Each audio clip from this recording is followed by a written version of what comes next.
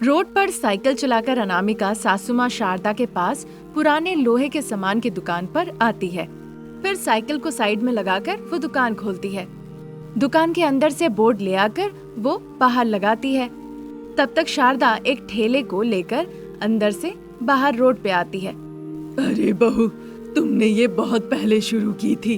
अगर आप बहुत पहले कह रही है तो करुणा समय या फिर सुनामी का समय नहीं, बस 10 मिनट पहले का समय है। वैसे कौन सासू माँ होगी जो बहू को बिना कुछ कहे चुपचाप बैठे रहेगी? आप ही बताइए। आप यहाँ आराम कीजिए, मैं जल्दी जल्दी सब कर देती हूँ। ऐसा कहकर वो बैठने के लिए एक लकड़ी की कुर्सी देती है। शारदा जाके उस कुर्सी पे बैठ जाती है। अनामिका जानबूझ के पानी छिड़कती है ताकि शारदा के जा पर पानी के छींटे पड़े। देख के करो बहू, पानी मेरे पे आ रहा है। देख के ही छिड़क रही हूँ माँ जी। इस पीढ़ी की बहू है, सास को कभी समझ ही नहीं पाएगी। अनामिका को इस बात का कोई फर्क ही नहीं पड़ता। वो दुकान के सामने अच्छा सा रंगोली बनाती है। फिर दुकान में रखे भगवान के फोटो के सामने वो दिया जलाती है और फिर प्रार्थना करती है। ठीक उसी वक्त एक अमीर घर पे सोफे पे बैठे रतन वर्मा अपने हाथों में सोने के सिक्के को देख रहे थे और बड़े खुश हो रहे थे। तभी सोफे के बगल में रखा हुआ लैंड फोन बजने लगता है। रमन वर्मा फोन उठाते हैं। Hello, who is this? वो कहते हैं income tax office 2nd floor पे था। सुदर्शन जो वहाँ पे इंचार्ज के तौर पे काम करता था, उसी ने लैंडलाइन पे फोन किया था। रमन वर्मा जी, आज आपके घर पे रेड पड़ने वाला है, सावधान रहिएगा, कहकर वो फोन काट देता है। अब रमन वर्मा परेशान हो जाते हैं। विवेक, आज हमारे घर में रेड पड़ने वाला है। सुदर्शन ने फोन करके भी बताया। हम कैसे भी इस सोने को ले जाने नहीं दे सकते। सर, हमने सब कुछ संभाल के रखा है। बस 2 दिन पहले ही आप इन सोने के सिक्कों को लेकर आए हैं, तो बताइए इनको कहाँ रखना है? उसकी बातें सुन के रमन वर्मा बहुत परेशान हो गए। आखिर में इन सोने के सिक्कों को कहाँ पे छुपाया जाए, सोच सोच के उनके पसीने छूटने लगे। ये देखकर एसी चल रहा है फिर भी आपको पसीने आ रहे हैं, तो मैं क्या एसी का टेम्परेचर थोड़ा और घटा दूं? उसकी बातें सुन के रमन वर्मा को एक अच्छी तरकीब आती है। फिर देर न किए हुए वो जल्दी से एसी को खुलवाते हैं और फिर एसी के अंदर सारे सोने के सिक्कों को रखकर एसी बंद कर देते हैं। रतन वर्मा के इस तरकीब को देखकर विवेक फिदा हो जाता है, पर उन्हें ये बात पता नहीं थी कि कृष्णा नाम का एक चोर उनके ही आसपास घूम रहा है। आहा, आज रात ही इसे मैं चोरी कर लूंगा। ऐसा कहकर वो वहाँ से चला जाता है। शारदा जो उस वक्त अपने दुकान पर बैठी हुई थी, पूजा खत्म हो गई है ना? इस ठेले को लेकर निकलो और कहो हम पुराने लोहे के सामान के साथ रद्दी भी खरीदते हैं। Hindu, Deccan chronicle, times of India, Jagran, इन सभी के साथ हमें इन रद्दियों को खरीदने की क्या जरूरत है? जो मैं कह रही हूँ ध्यान से सुनो। रद्दी का मतलब होता है हर तरह के अखबार, हर तरह के कागज ले सकते हैं। ओहो! जाओ जाके पूरा गांव घूमो और तरह तरह के अखबार, कार्डबोर्ड, हर तरह के किताब, बोतल, खाली डब्बे, हर तरह का सामान, इस तरह जा जाके चिल्ला के बोलो। ऐसे कहने पे बहू अनामिका मनी मन सासू माँ को गाली देते हुए अपना ठेला लेकर दुकान से निकलकर चली जाती है। इस तरह 2 दिन निकल जाता है। फिर तीसरे दिन चोर कृष्णा बड़े ही चालाकी के साथ रमन वर्मा के घर में चोरी करने के लिए जाता है। वो पूरा घर ढूंढ लेता है पर उसे कहीं कुछ नहीं मिलता। फिर दुखी होकर चोर कृष्णा एसी की तरफ देखता है। फिर एसी को चुराकर वो सर पे रख के दीवार फान के एसी लेकर वहाँ से चला जाता है। अगले दिन पैरों में दर्द लेके अनामिका अपना लोहे लक्कड़ का दुकान खोलती है और वहीं पे जाके बैठ जाती है। उस दिन सासू माँ शारदा ठेला लेकर गांव-गांव में घूमती है, पुराने अखबार, लोहे के सामान और ये सब के लिए आवाज लगाती है। थोड़ी देर के बाद चोर कृष्णा वही एसी लेकर अनामिका के दुकान में आता है। अरे, इसका कितना पैसे दोगी जरा बताना। बिना काम करने वाला एसी का क्या दूंगी? कुछ नहीं दूंगी, चाहिए। अनामिका का इस तरह से जोर से कहने पे कृष्णा विनती करने लगता है। ऐसा मत कहो बेटा, एसी काम करता है, मेरी बेटी बीमार है इसलिए बेच रहा हूँ। उसके ऐसे कहने पर अनामिका का दिल पिघल जाता है। उसे दया आती है। फिर 2000 रुपए देके वो एसी ले लेती है। कृतज्ञता दिखाते हुए पैसे लेकर फिर वो चोर चला जाता है। पागल लड़की, बीमारी के बात पे भरोसा कर लिया और पूरे पैसे दे दिए। ऐसा कहकर चोर वहाँ से चला गया। दोपहर का वक्त था, बहुत तेज धूप थी। दुकान पे रुकना बहुत मुश्किल था, इसीलिए वो एसी को लेकर सीधा घर आ गई। हरीश और भव्या बहुत खुश हुए। रमेश एसी को फिट कर दिया। जैसे ही अनामिका ने ऑन किया, ठंडी हवा आने लगी। इस बात से सभी लोग खुश थे। शारदा भी उधर ठेले में सारा सामान भर ली और उसे लेकर सीधा घर आ गई। क्योंकि पूरा घर ठंडा था, इसलिए शारदा को भी बड़ा आराम महसूस हुआ। वो आकर चेयर पे बैठ गई। माँ जी, ये एसी कैसा है? मैंने 2000 में खरीदा। आज के डेट में 2000 में एसी कौन बेचता है, आप ही बताइए, बेवकूफ आदमी। हाँ, बहुत चालाकी का काम किया है। जाके पानी लेकर आओ। अनामिका चली जाती है पानी लाने के लिए। तब तक वो एसी अचानक से बंद हो जाता है। रमेश रिमोट से ऑन ऑफ करने की कोशिश करे, पर वो काम नहीं कर रहा था। तब तक अनामिका पानी ले आके शारदा को देती है। शारदा बड़े ही रुखड़ेपन से पानी को बगल में रखती है। अब तुम बताओ बहू, वो बेवकूफ था या तुम? ये सुनकर अनामिका बिना कुछ कहे चुपचाप अपना सर झुका लेती है। तुम ही बताओ, 2000 के लिए हमें कितनी मेहनत करनी पड़ती है। देख के ही पुराना लग रहा है, इसीलिए तुमने 2000 में इसे खरीद लिया। मुझे पता नहीं तुम क्या करोगी, पर कल तक मुझे 2000 रुपए तुम दे देना। उनकी ऐसी कड़कदार बातें सुनकर अनामिका को बड़ा गुस्सा आता है। वो बाहर निकल आती है और एक छड़ी लेकर उस एसी को जोर जोर से पीटने लगती है।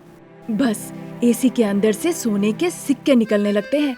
देखकर सभी लोग आश्चर्य हो जाते हैं। अनामिका फिर जोर से प्रहार करती है। फिर कुछ पैसे उससे निकल आते हैं। बहू, देख के लग रहा है ये कोई मायावी एसी है। तुम प्रहार करो, पैसे निकलेंगे। हमारी किस्मत अच्छी है, अब हमारी जिंदगी ही बदल जाएगी। फिर शारदा उन सोने के सिक्कों को बेचकर बदले में पैसे ले आती है। इस तरह दिन निकल रहे थे। उन पैसों से वो नया घर लेते हैं, नई गाड़ी खरीदते हैं।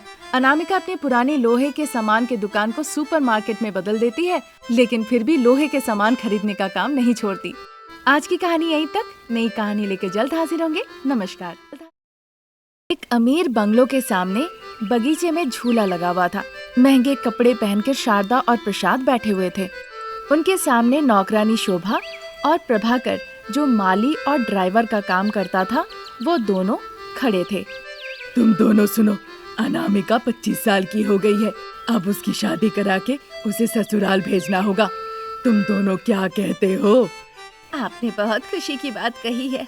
अब इतनी अच्छी बात पे हम क्या कहें? तुम कुछ नहीं कह रहे हो प्रभाकर? अब हम क्या कहें मालिक, गुजारा करने के लिए हम शहर आए थे। आपने 25 सालों से अपनों के तरह हमारी देखभाल की। मालकिन, हमने भले अनामिका को जन्म दिया, पर आप लोगों ने उसे इतने अच्छे से पाल पोस के बड़ा किया। उसे कभी किसी चीज की कमी होने नहीं दी। अब आप लोग जो करेंगे उसमें अनामिका का भलाई सोचेंगे।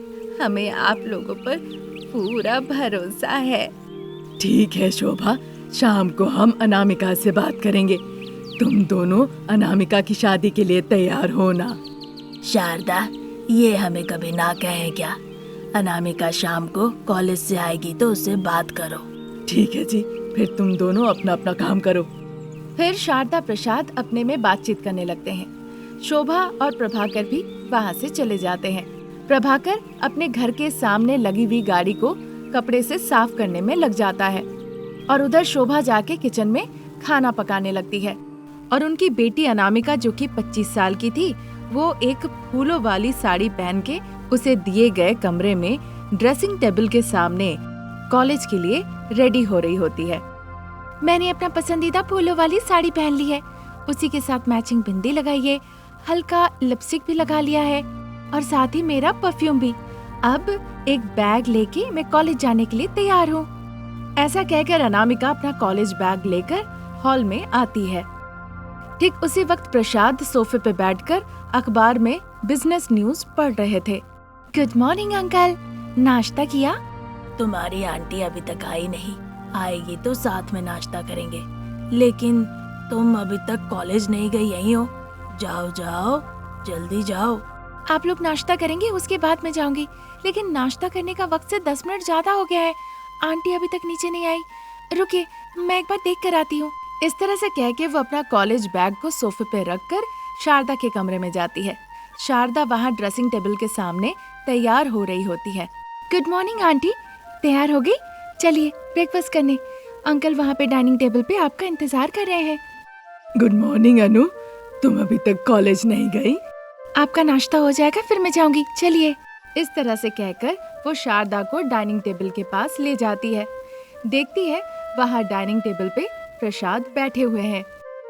ये क्या शोभा, मेरे अंकल आंटी डाइनिंग टेबल पे बैठे, अभी तक नाश्ता नहीं लगाया, क्या कर रही हो? जब इस तरह से वो जोर से चिल्लाती है, उसकी चिल्लाने की आवाज सुनकर शोभा जल्दी से नाश्ता एक डब्बे में लेकर वहाँ पे आती है। आप मेरी बात मानिए आंटी, इस कुक को बदलने का टाइम आ गया, ये टाइम पे खाना ही नहीं देती है। उसकी बातें सुनकर शोभा मुस्कुराती है और फिर शारदा और प्रसाद को खाना परोस देती है। शारदा और प्रसाद खुशी खुशी नाश्ता करते हैं। अनामिका कॉलेज के लिए निकलने ही वाली थी, तभी रमेश ऑफिस जाने के लिए रेडी होकर हॉल में आता है। अनामिका और रमेश एक दूसरे को बड़े प्यार से देखते हैं। बेटा रमेश, तुम अनामिका को कॉलेज छोड़ के ऑफिस चले जाना। इसे क्यों ड्रॉप करना है? ये कोई मैसूर की महारानी है क्या? मैं नहीं करने वाला। तुम दोनों हमेशा ही लड़ते रहोगे क्या? प्लीज छोड़ दो उसे। प्रसाद की बातें सुन के रमेश गुस्से से अनामिका को देखता है और वहाँ से चला जाता है।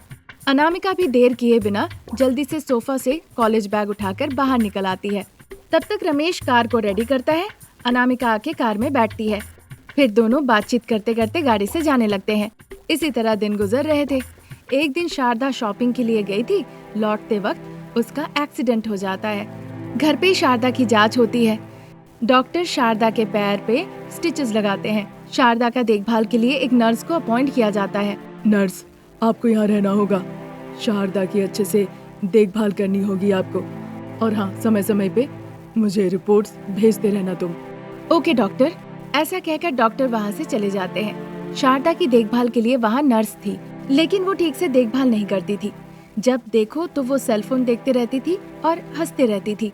अनामिका जो दूध लाती थी शारदा के लिए वो नर्स पी जाती थी। खाना लाती थी तो नर्स ही खा जाती थी। अनामिका डॉक्टर साहब को नर्स के बारे में सारी बात बताती है और फिर उस नर्स को वहाँ से हटा देती है। तब से अनामिका बिना कॉलेज गए हुए शारदा के पास ही रहती थी और शारदा का बहुत अच्छे से देखभाल करती थी। तुम ये सब काम क्यों कर रही हो अनामिका? तुमने कहा था परीक्षा है ना, तुम्हारी माँ यहाँ पे है, वो देखभाल कर लेगी। माँ दिन भर घर का काम, खाना पकाती है, बहुत सारा काम रहता है, वो आपका कैसे देखभाल कर पाएगी? आपने मुझे पाल पोस के इतना बड़ा किया, आपको छोड़ के मैं कॉलेज जाके परीक्षा लिखूं? इस तरह से सेवा करके आपका सारा कर्ज चुकाना चाहती हूँ। वो बात नहीं है अनामिका।